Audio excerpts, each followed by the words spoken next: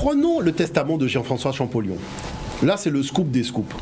Vous prenez le testament de Jean-François Champollion. Jean-François Champollion a bien vu que les Égyptiens étaient des Noirs. Il s'est bien rendu compte que tous les pharaons venaient du sud, du Soudan. Et il a écrit. Et il y a un moment, il dit, j'étais sous la tente et j'ai vu rentrer Ramsès II. D'accord?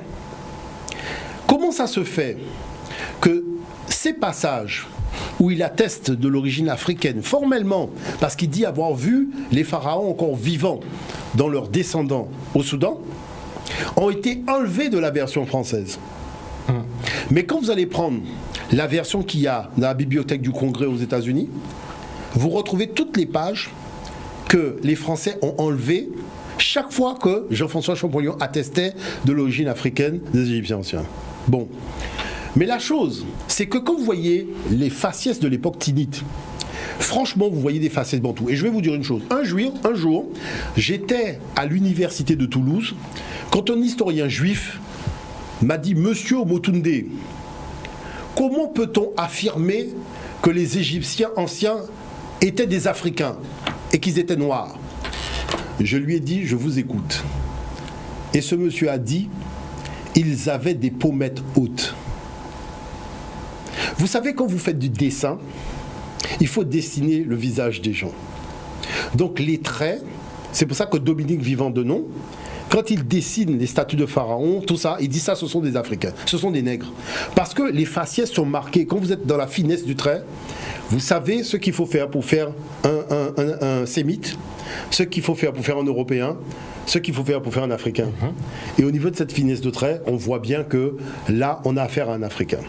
Mais je voudrais vous montrer un document, le document numéro 3, où il y a eu un documentaire qui est très ancien, qui parlait justement de la couleur de peau de Toutankhamon. C'est important de prendre le temps de voir ce que disait ce monsieur à l'époque déjà. On part pour le Et il fait parler chez Kanta Diop d'ailleurs dans son documentaire.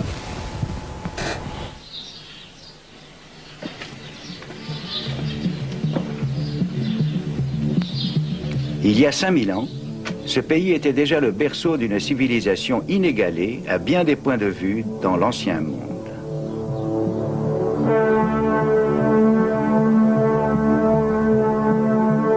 Ici commence l'histoire, avec l'Égypte des pharaons dans cette région d'Afrique qui était un don du fleuve Nil.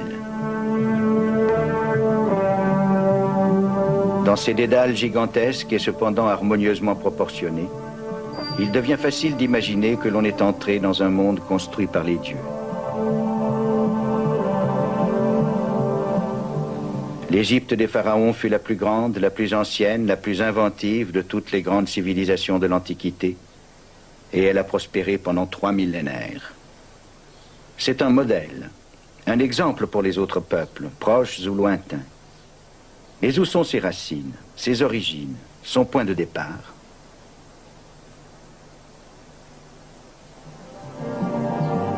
Ici se sont succédés, dynastie après dynastie, les rois ayant porté à la fois la couronne de la Haute-Égypte et celle du Delta. Ces rois, qu'avaient-ils de commun avec l'Afrique? Une si grandiose architecture ne pouvait sûrement rien devoir à une Afrique qui, disait-on, n'avait créé ni industrie, ni art, ni science. Comment cette grande hiérarchie de dieux et d'esprits pourrait-elle avoir un quelconque rapport avec les marmonnements superstitieux des peuples noirs de l'Afrique centrale?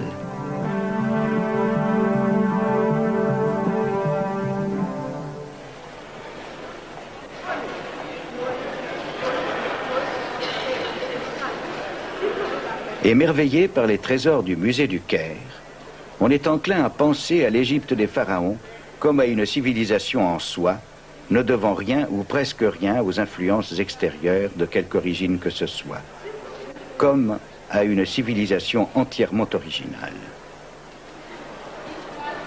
En écoutant le guide, la plupart des visiteurs doivent penser que cette statue, celle du jeune roi Toutankhamon, peut bien être devenue noire au cours des siècles, mais qu'en aucun cas, elle ne pourrait avoir été à l'origine la statue d'un noir.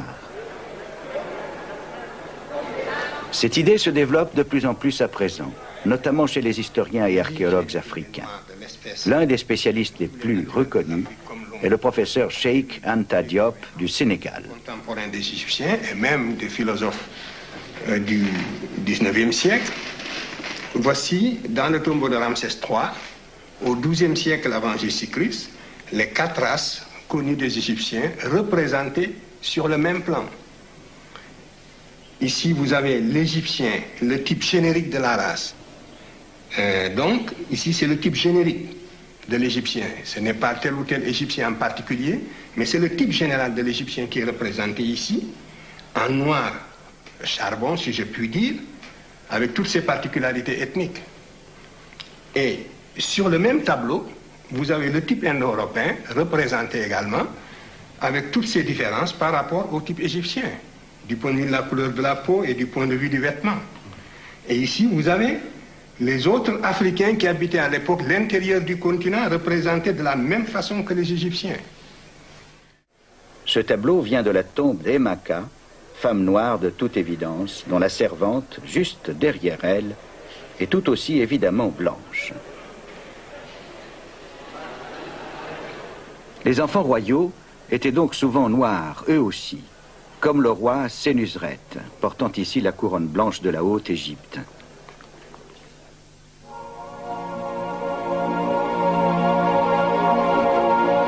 L'île éléphantine, sur le Nil, délimitait la frontière entre l'Égypte et la Nubie.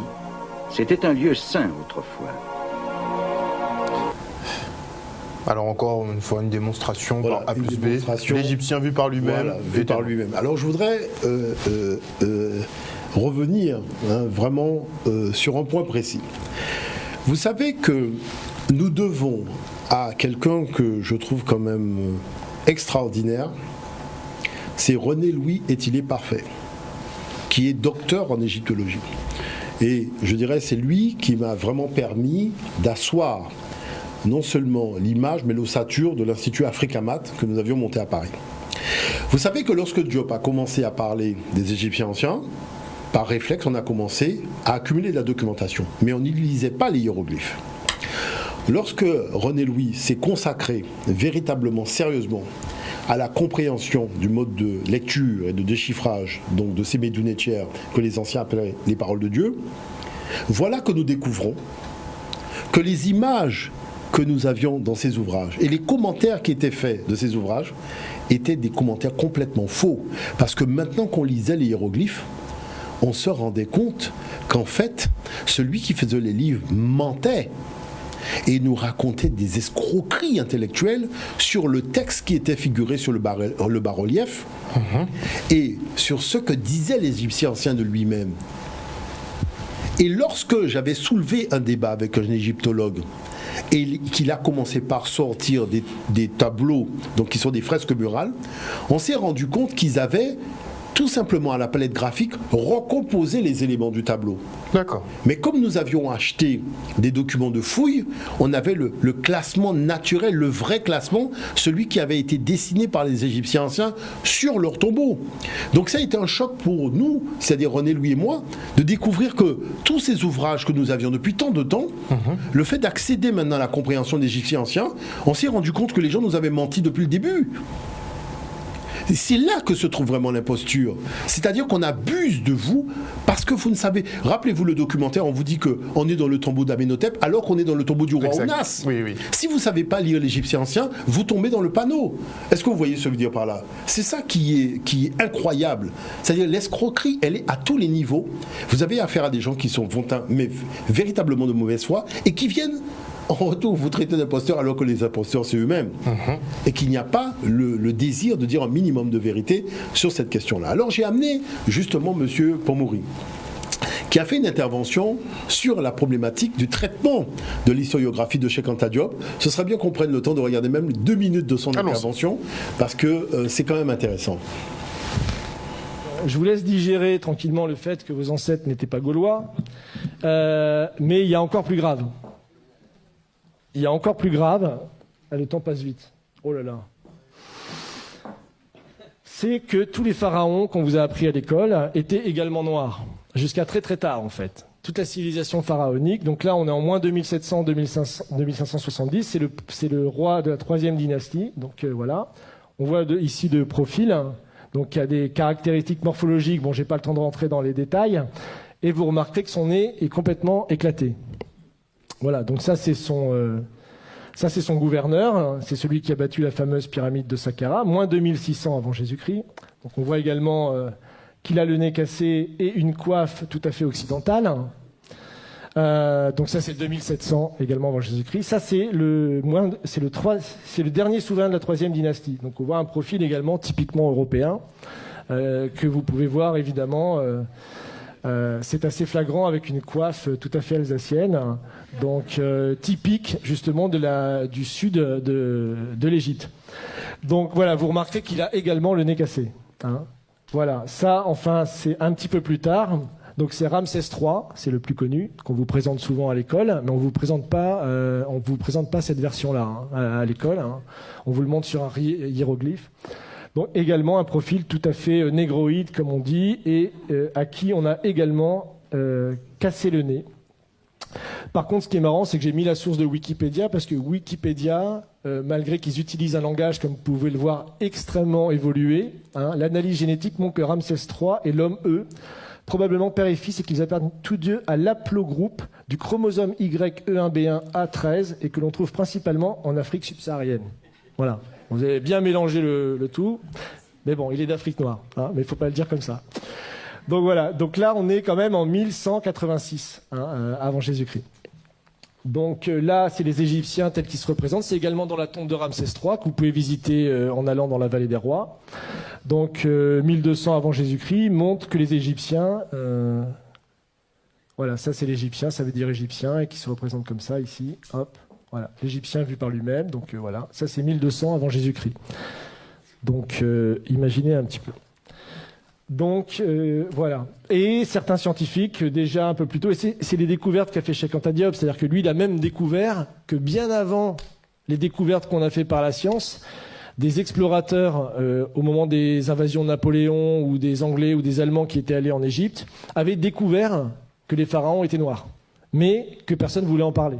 Donc lui, c'est Lepsius, c'est le fondateur de l'égyptologie en Allemagne, et il dit, voilà, tout simplement, bon, c'est une citation de son livre, hein, que vous pouvez trouver sur Internet, là où on s'attendait à voir un Égyptien, bizarre, on trouve un nègre authentique, tout à fait original. Donc ça, bon, j'ai pas le temps, c'est une icône byzantine du XIe siècle qui montre le roi Salomon allant visiter le pharaon noir, qui est très caractéristique, et dans le camp... J'aime bien effectivement les petites boutades qu'il se permet pour montrer un petit peu l'absurdité des révélations qui ont été faites. Non, c'est-à-dire que là, aujourd'hui, ce qu'il faut noter, c'est que nous, on a monté un institut, qui est l'Institut d'Histoire à Nijar, de manière à permettre aux gens d'avoir la documentation. Et que je pense que les jeunes, surtout, doivent comprendre qu'ils ne peuvent pas rester passifs devant de telles attaques, devant un tel comportement éhonté qui a pour vocation véritablement de nuire à la vérité et de créer des antagonismes entre les peuples humains. Et qu'il faut arriver à tourner la page de cette raciologie. Et qu'aujourd'hui, les matériaux historiographiques que nous disposons ne valident pas les thèses racistes. Il faut bien le comprendre. Et que la chose qui est extraordinaire, c'est qu'on ne remet pas en question l'intelligence occidentale. Mais on dit simplement que quand on raconte l'histoire de telle ou telle science, l'histoire de tel ou tel objet, il ne faut pas oublier de mentionner l'Afrique. Je prends par exemple, j'étais en discussion avec un monsieur en Afrique du Sud, je lui disais, est-ce que vous savez que la cornemuse est une invention de l'Afrique ? On a trouvé des cornemuses en Égypte. Est-ce que vous voyez ce que je veux dire par là ? Le pigeon voyageur, c'est une invention de l'Égypte noire pharaonique. C'est-à-dire que vous avez beaucoup le bowling, toutes ces choses-là qui existent, là, le couteau, la fourchette, des choses même comme le scalpel, ça. Ou le scalpel, la chirurgie. Ce sont des choses qui viennent de l'Égypte noire pharaonique, dont l'Afrique noire pharaonique. Il faut savoir que aucun noir n'a jamais appelé son pays Égypte. C'est un mot grec. Les gens appelaient leur pays Kemet ou Kemiou. Et Kemiou, comme disait René Louis Étilé, la seule façon de traduire ce terme, c'est le pays de ceux qui sont noirs. Voyez, la terre noire, certains oui, traduit par la c'est-à-dire terre noire. Il n'y a pas de terre noire, parce que le Newt, qui est le déterminatif, quand vous faites Newti, ça veut dire les citadins, ça ne veut pas dire les terriens. D'accord. Mais comme c'est une science qui a été bâtie à l'époque de la raciologie idéologique des Lumières, on tente de donner à tous les termes litigieux une connotation occidentale qui arrangerait leur thèse. Mais un jour viendra où tout ça sera tout simplement mis à mal par je dirais une jeunesse aussi d'égyptologues occidentales qui va à un moment décider de régler définitivement cette question. En tout cas, nous, en ce qui nous concerne, c'est quelque chose qui a été réglé. Nous sommes revenus là-dessus parce qu'il y a eu ce débat à la télévision, ce reportage, mais on a déjà beaucoup avancé, puisque le problème ne se situe plus là aujourd'hui, mais tout simplement de bâtir nos humanités classiques africaines. C'est là où se trouve cette réalité, c'est ce que nous faisons à l'Institut d'Histoire à Nijar. Voilà. Merci beaucoup, Nusere Kalala Omotunde. J'espère qu'on vous retrouve jeudi prochain. Oui, pour totalement. une nouvelle émission, effectivement, sur cette anthropologie. Et je tiens quand même à rappeler que bientôt on aura l'occasion d'avoir ces spécialistes des mathématiques africaines, parce que le colloque que nous allons organiser aura lieu le 31 octobre jusqu'au 3 novembre, et je ferai venir vraiment des spécialistes sur le plateau, de manière à faire en sorte qu'ils puissent vous expliquer comment cette culture noire, elle est fondamentalement scientifique. Je pense on que attend avec impatience qu'ils soient là parmi nous. Merci beaucoup en tout cas vous d'être venu sur ce plateau.